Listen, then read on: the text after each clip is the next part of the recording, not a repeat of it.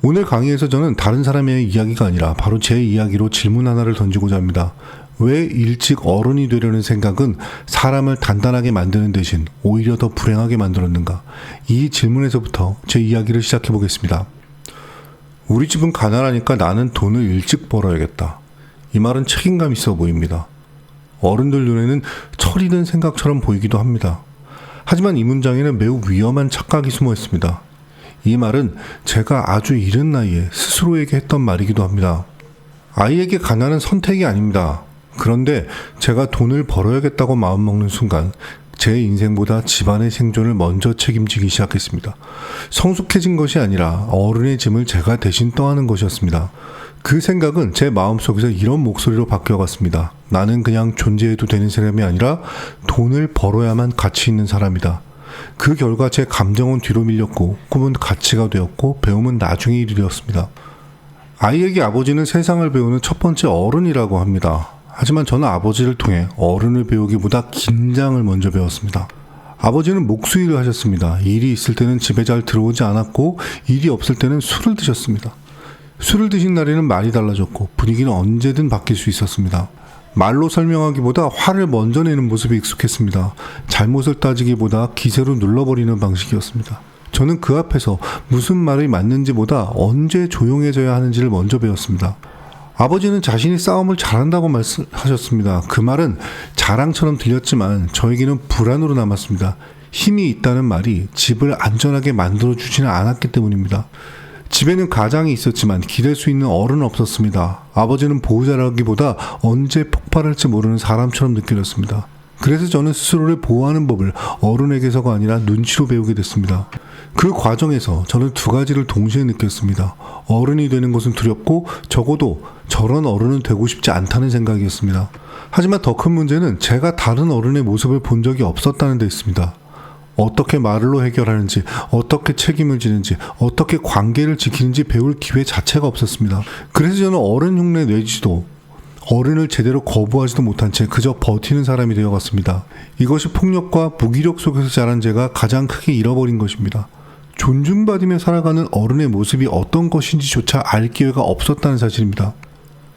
또 제가 기억하는 어머니의 하루는 항상 버티는 것으로 시작했습니다. 웃는 얼굴보다 한숨 쉬는 표정을 더 많이 보며 자랐습니다. 사랑이나 행복을 이야기할 여유는 없었고 오늘을 어떻게 넘길지만이 중요해 보였습니다. 어머니는 두 아들을 데리고 혼자 살아갈 자신이 없었습니다. 그래서 이혼은 선택지에 없었던 것 같습니다. 토나는 대신 견뎠고 그 시간만큼 마음은 점점 굳어갔습니다. 집안 분위기는 늘 돈에 매여 있었습니다. 돈 이야기가 대화의 끝이었고 돈이 없다는 불안이 말투와 표정에 그대로 묻어났습니다. 어머니는 늘 화가 나 있었지만 그 화의 방향은 사실 두려움이었습니다.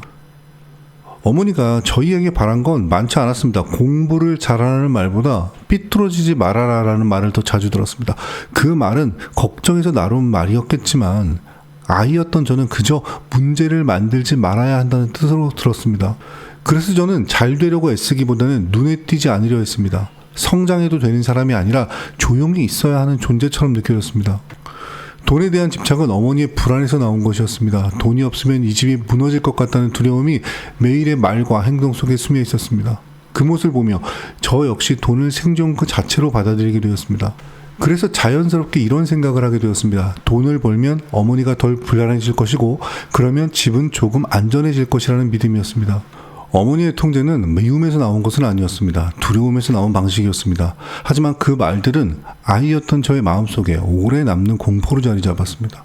생존을 위해 선택한 말과 행동이 결과적으로는 아이의 삶을 조이는 방식이 되기도 한다는 것을 그때는 아무도 알지 못했습니다. 저는 아주 이른 나이에 사람들이 저를 어떻게 보는지를 먼저 알게 되었습니다. 제가 저 자신을 알기 전이었습니다. 어릴 때 머리에 남은 화장터는 제 몸의 일부이기 전에 사람들의 시선에 먼저 닿았습니다. 거울을 통해서가 아니라 아이들의 말과 반응을 통해 그 사실을 알게 되었습니다. 달리기를 하다가도 웃음 섞인 말이 들렸고 모자를 벗는 순간 시선이 바뀌는 것이 느껴졌습니다. 그럴 때마다 몸이 먼저 굳었습니다.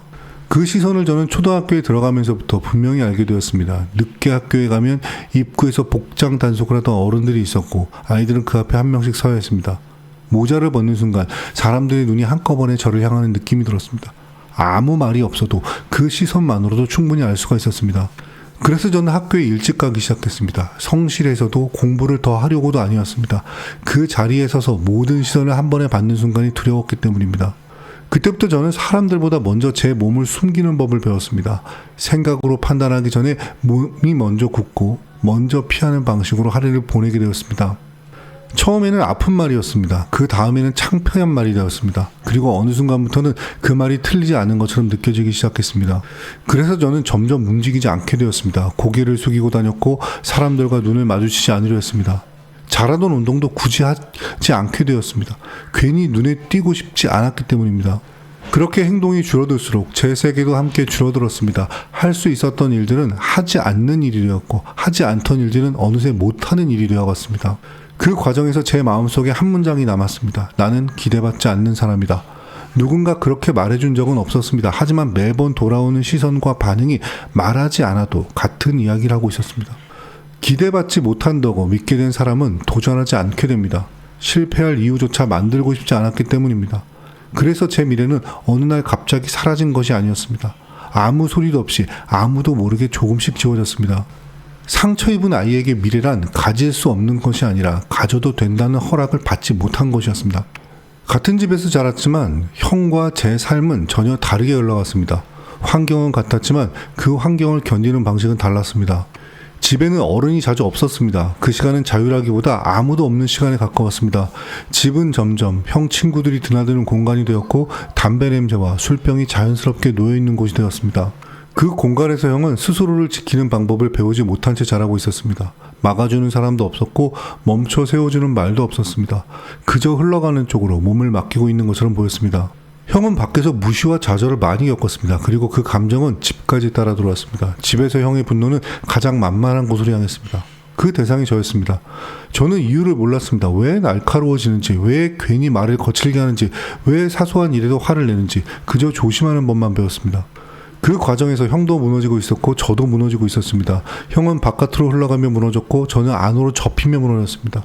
시간이 지나서야 한 가지 질문이 남았습니다. 왜 이 집에서는 두 아이 모두가 보호받지 못했을까? 이건 형의 의지가 약해서도 아니었고 제 성격이 유난해서도 아니었습니다. 그저 그 집에는 아이를 멈춰 세울 어른이 없었습니다. 지금은 위험하다고 말해줄 사람도 방향을 알려줄 사람도 상처를 먼저 알아보고 손을 잡아줄 사람이 없었습니다.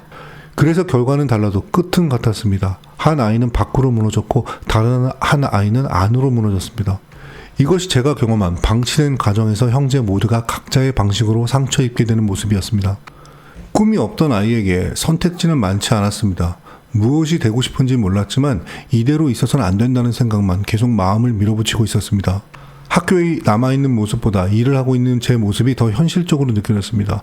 그래서 저는 실업계 고등학교를 선택했습니다. 그게 가장 빠른 길처럼 보였습니다.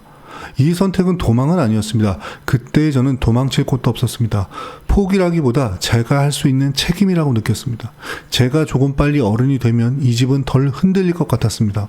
돈을 벌기 시작하면 집안의 공기가 조금은 달라질 거라 믿었습니다. 어머니 얼굴에서 불안이 조금은 사라질 거라 생각했고 집이 무너지지 않을 거라고 혼자 계산했습니다. 조기 취업은 자연스럽게 이어졌습니다. 학교보다 현장에 익숙해졌고 배움보다 월급 날짜가 더 중요해졌습니다. 아직 아이였지만 마음 한쪽에서는 제가 가장처럼 느껴지기 시작했습니다. 하지만 막상 돈이 들어와도 집은 생각처럼 달라지지 않았습니다. 사람 사이의 관계는 그대로였고 불안은 없어지지 않았습니다. 다만 그 불안이 조금씩 제 쪽으로 옮겨왔을 뿐입니다. 그래도 그 선택을 쉽게 부정할 수는 없습니다. 그때 저는 그 방법밖에 알지 못했고 그게 제가 선택할 수 있는 최선의 생존 방식이었기 때문입니다. 문제는 제가 너무 이른 나이에 그 선택을 했다는 점이었습니다. 어른이 되기에는 너무 어렵고 아이로 남아있기에는 이미 너무 많은 책임을 안고 있었습니다. 제가 가장 무서워했던 말은 소리를 지르거나 욕을 하는 말이 아니었습니다. 오히려 낮은 목소리로 걱정하는 얼굴로 들었던 말이었습니다. 네가 그러면 엄마 죽는다. 이 말은 훈계처럼 들리지 않았습니다. 아이였던 제게는 경고에 가까웠습니다. 제가 뭘 잘못하면 정말로 무언가 돌이킬 수 없는 일이 일어날 것 같았습니다. 그때부터 저는 선택을 하지 않게 되었습니다. 하고 싶은지가 아니라 해도 되는지를 먼저 생각했습니다. 장난 하나, 말 한마디에도 머릿속으로 계산을 먼저 했습니다. 혼날까봐 두려운 게 아니었습니다. 제가 잘못하면 어머니가 무너질지도 모른다는 생각이 항상 먼저 들었습니다. 그래서 저는 스스로를 계속 살폈습니다. 말하기 전에 멈추고 움직이기 전에 멈추는 아이가 되었습니다. 그렇게 지켜온 규칙은 옳고 그름과는 조금 달랐습니다. 맞아서 지킨 것이 아니라 무서워서 지킨 것이었습니다. 판단이 아니라 회피에 가까웠습니다. 시간이 지나면서 제 마음속에서는 원하는 것 자체가 불편해졌습니다. 무언가를 바라는 순간 죄를 짓는 것 같은 감각이 들었기 때문입니다. 그래서 저는 조용해지는 쪽을 선택했습니다. 튀지 않는 쪽, 문제가 되지 않는 쪽으로 스스로를 줄여갔습니다. 그 과정에서 하나의 생각이 자리 잡았습니다. 돈을 벌면 어머니가 덜 불안해질 것이고 그러면 이 집은 유지될 것이라는 생각이었습니다. 그래서 저는 사랑을 받기 위해 돈이 필요하다고 믿게 되었습니다. 존재로 사랑받는 것이 아니라 무언가를 해내야만 인정받을 수 있다고 느꼈습니다. 그래서 돈은 저에게 생존이 되었고 생존은 곧 사랑이 되었습니다. 이런 방식의 사랑은 겉으로 보기에는 착하고 희생적인 아이처럼 보입니다. 하지만 속에서는 항상 긴장이 멈추지 않습니다. 멈추면 버려질 것 같고 실수하면 모든 게 끝날 것 같기 때문입니다. 사랑이라는 이름으로 건네진 그 말은 제 마음에 오래 남았습니다. 그리고 어른이 된 지금까지도 제가 선택을 할 때 머뭇거리게 만드는 조용한 기준이 되어 있습니다. 공장에서 일을 시작한 지 몇 달쯤 지났을 때였습니다. 어머니에게서 전화가 왔습니다. 길게 설명하진 않으셨습니다. 아버지와 이혼했다고, 이제 각자 살게 되었다고 말하셨습니다. 전화로 그 사실을 들었습니다. 준비할 시간도, 마음속으로 정리할 시간도 없었습니다. 그냥 듣는 순간 몸이 먼저 반응했습니다. 말이 잘 나오지 않았고 눈물이 났습니다. 제가 돈을 벌기 시작하면 이 집은 조금 버틸 수 있을 거라 혼자 믿고 있었기 때문입니다. 그 믿음이 한 통의 전화로 끝나는 느낌이었습니다. 그날 밤 같이 취업 나와 있던 친구들에게 이 이야기를 했습니다. 위로를 받을 거라고 생각했습니다. 하지만 돌아온 말들은 뜻밖이었습니다. 어떤 친구는 자기는 더 어릴 때 이혼했다고 했고 어떤 친구는 어머니가 안 계신다고 말했습니다. 그 말을 들으면서 처음으로 이상한 느낌이 들었습니다. 왜 이 자리에 있는 아이들은 다 비슷한 이야기를 가지고 있을까? 왜 우리는 학교가 아니라 공장에 함께 와 있을까? 그때 처음 알게 되었습니다. 이혼 자체보다 더 힘들었던 것은 이 일이 특별한 사건이 아니라 우리에게는 너무 익숙한 일이었다는 사실이었습니다. 그날 이후로 저는 단순히 돈을 버는 문제가 아니라 이 삶 자체가 어디서부터 잘못 놓여 있었는지 생각하기 시작했습니다. 그때부터 머릿속에 질문이 멈추지 않았습니다. 왜 이렇게 된 걸까? 내가 하는 선택은 왜 아무것도 지켜주지 못한 걸까? 그 질문을 안고 처음으로 책을 잡았습니다. 위로를 받기 위해서가 아니라 이 상황을 설명할 이유가 필요했기 때문입니다.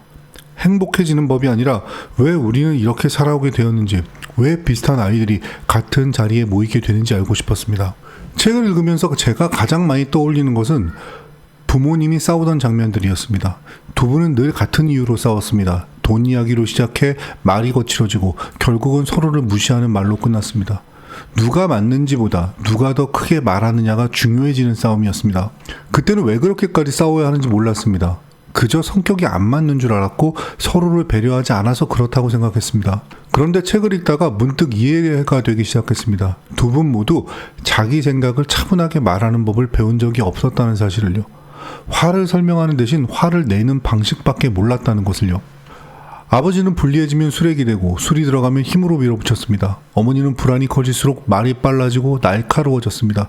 둘 다 틀렸다기보다 다르게 말할 방법을 배운 적이 없었던 사람들이었습니다. 그제야 하나씩 연결되기 시작했습니다. 왜 집에서는 대화가 아니라 항상 충돌만 있었는지, 왜 작은 문제도 끝까지 번졌는지 알게 되었습니다. 그리고 그 모습이 저와 형에게도 그대로 남아있다는 사실이 보였습니다. 제 말이 짧고 공격적인 이유, 사람과 쉽게 오해가 생기는 이유, 관계가 깊어지기 전에 먼저 멀어지는 이유가 같은 지점에서 출발했다는 걸 알게 되었습니다.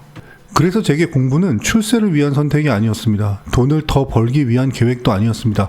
부모님이 왜 그렇게 싸울 수밖에 없었는지, 왜 우리 집의 대화가 항상 그렇게 끝날 수밖에 없었는지를 이해하기 위한 과정이었습니다. 그때 처음으로 깨달았습니다. 문제는 우리가 못나서가 아니라 사람으로 살아가는 법을 배울 시간이 없었다는 사실을 말입니다. 그래서 저는 돈이 아니라 공부를 선택해야겠다는 생각에 처음으로 도달하게 되었습니다. 돌아보면 제가 가장 먼저 붙잡았던 것은 돈이었습니다. 가난한 집에서 자란 아이에게 돈은 너무도 자연스럽게 해결책처럼 보였기 때문입니다. 하지만 시간이 지나 알게 되었습니다. 돈은 문제를 해결해주지 않았습니다. 다만 문제를 잠시 가리고 있었을 뿐이었습니다. 조기 성숙의 가장 큰 위험은 책임만 커지고 감정은 자라지 않는다는 데 있습니다. 겉으로는 어른처럼 보이지만 마음은 그 자리에 멈춘 채 버티는 법만 배운 사람으로 남게 됩니다. 그렇게 자라면 일은 할 수 있어도 사람을 다루지 못합니다. 같은 문제는 형태만 바꾼 채 반복되고 상처는 다음 세대로 아무 말 없이 이어집니다. 그래서 저는 깨달았습니다. 문제는 가난 그 자체가 아니라 배우지 못한 상태로 어른의 역할을 떠안았다는 사실이었습니다. 제게 공부는 출세를 위한 선택이 아니었습니다. 돈을 더 벌기 위한 전략도 아니었습니다. 말할 수 있게 되고 이해할 수 있게 되고 사람의 마음을 조금이라도 읽을 수 있게 되는 복구의 과정이었습니다. 어른이 되는 데에는 순서가 있었습니다. 먼저 이해할 수 있어야 하고 그 다음에 책임질 수 있어야 했습니다. 먼저 말할 수 있어야 하고 그 다음에 결정할 수 있어야 했습니다. 그 순서를 건너뛰면 삶은 계속 흔들릴 수밖에 없었습니다. 그래서 이제 이 강의를 마치며 세 사람에게 이 이야기를 전하고자 합니다. 지금도 어른 역할을 대신하고 있는 아이들에게 말해주고 싶습니다. 당신이 책임져야 할 몫은 아직 거기까지가 아닙니다. 당신은 버티기 위해 태어난 사람이 아니라 잘하기 위해 태어난 사람입니다. 빨리 돈 벌어야 해요 라고 말하는 청소년에게도 이 말을 전하고 싶습니다. 그 생각은 틀린 것이 아니라 너무 현실적인 생존의 감각입니다. 하지만 기억해 주셨으면 합니다. 돈을 벌 기회는 다시 올 수 있지만 잘할 수 있는 시간은 한 번뿐이라는 사실을 말입니다. 마지막으로 부모 세대에게 질문 하나를 남기고 싶습니다. 아이를 돕는 것이 아이를 빨리 어른으로 만드는 일은 아닌지 우리는 다시 묻고 있는가 하는 질문입니다. 아이들은 집을 살리기 위해 태어나지 않았습니다. 자기 인생을 살기 위해 태어났습니다. 그 삶을 시작할 수 있도록 어른은 짐을 나눠줄 사람이 아니라 짐을 대신 들어줘야 할 사람입니다. 이 강의가 너무 일찍 어른이 되어버린 누군가에게는 잠시 숨을 고를 수 있는 시간이 되고 아이를 키우는 누군가에게는 한번 멈춰서서 돌아보는 질문이 되기를 바랍니다. 이 이야기는 여기에서 끝이 아닙니다. 오히려 지금부터 제가 인생에서 처음으로 방향을 바꾸기 시작한 지점입니다. 실업계 고등학교에 다니던 시절 저는 반에서 늘 성적이 가장 아래였습니다. 공부를 못했을 뿐 아니라 공부를 해야 할 이유조차 알지 못하고 있었습니다. 그런 제가 경희대학교 법학과를 졸업하게 되었습니다. 이건 특별한 재능 때문도 기적 같은 사건 때문도 아니었습니다. 공부를 다시 하게 된 이유가 완전히 달라졌기 때문입니다. 다음 이야기에서는 어떻게 공부를 다시 시작하게 되었는지, 국어 한 문장도 버거웠던 제가 왜 책을 붙잡게 되었는지, 그리고 공부가 단순히 성적을 올리는 일이 아니라 삶의 방향을 어떻게 바꿔 놓았는지 차분히 말씀드리고자 합니다. 이 이야기가 조금이라도 도움이 되었다면 댓글과 좋아요로 마음을 남겨주시면 감사하겠습니다. 구독해주시면 다음 이야기도 계속 전해드리겠습니다.